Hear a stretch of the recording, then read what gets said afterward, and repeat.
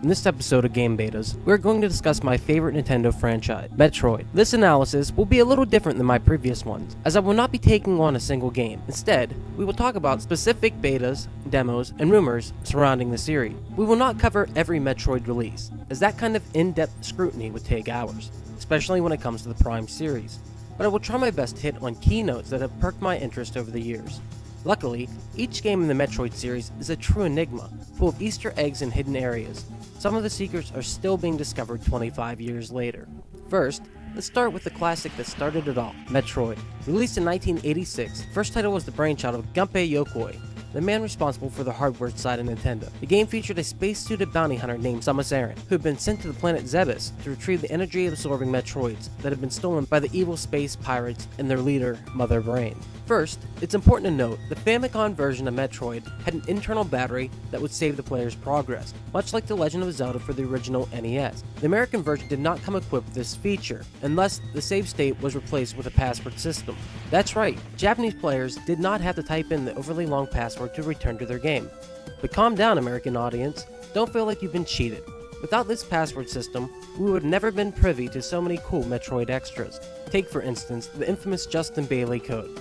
After implementing this password, the player would start the game at Norfair with an armorless Samus, equipped with 5 energy tanks, 255 missiles, the Varia suit, the high jump boots, screw attack, and the wave beam. Both mini-bosses Kraid and Ridley had been defeated, opening the pathway to Torian and the Mother Brain. The only thing missing was the ice beam, and no bounty hunter should ever go stomping through Torian without this weapon. So who is the notorious Justin Bailey? Well, many speculations have come up, different from Justin Bailey worked on the game's production team, to it being a play on words referring to a bathing suit. No one is quite sure who the elusive character really is. Some have even speculated the name is a fluke, and the code was never to be implemented at all. Most fans had discovered the password through Nintendo Power. You could also play as the armorless Samus without the help of the Justin Bailey password, but only the most hardcore of hardcore have ever accomplished this. The second password to note is the NARPIS code. Many refer to this as the North American release code. It is believed to serve as a debug mode for the game, as it wasn't found till many years later. The code gives you infinite health and missiles, and a different, thicker ice beam. Over the years, it has become a Metroid tradition for true fans to input their own unique passwords and see how it affects gameplay. The Nintendo masterpiece, while being a strong action-adventure game, does have its share of glitches, and to the astute fan, these quirks have been used to great effect. Often, by utilizing these bugs, the fans have been able to access numerous unused areas hidden within the game. Over the years, Metroid fans have begun referring to these unused spaces as secret areas, each its own hidden treasure. Next, I want to take a look at Metroid Zero Mission for the Game Boy Advance.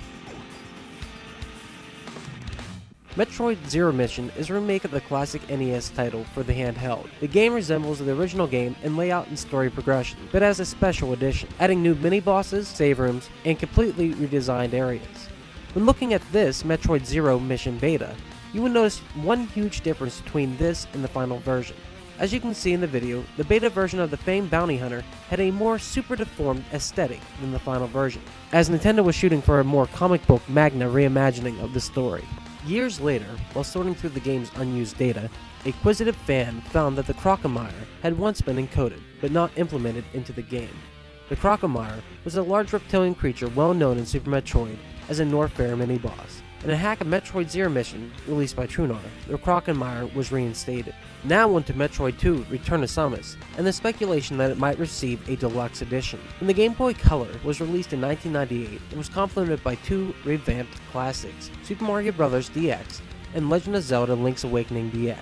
Nintendo intended to continue this trend with more titles, with talk of a color update to Return of Samus. No work was ever shown on the game, and it soon fell into video game limbo. Luckily for us, this wouldn't be the only opportunity for fans to see SR388 Color, as many of us already had, 5 years prior, with the release of the Super Game Boy.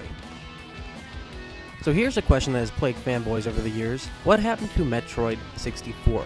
Obviously, it was never developed, and this is the closest we would ever get to bounty hunting on the Nintendo 64.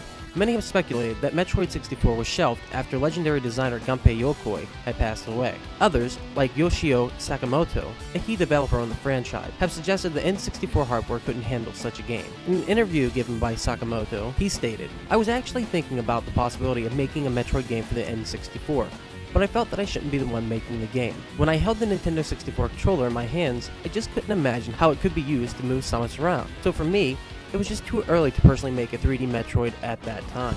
Metroid was never a hugely popular franchise in Japan, with the space adventure always playing better to American audiences.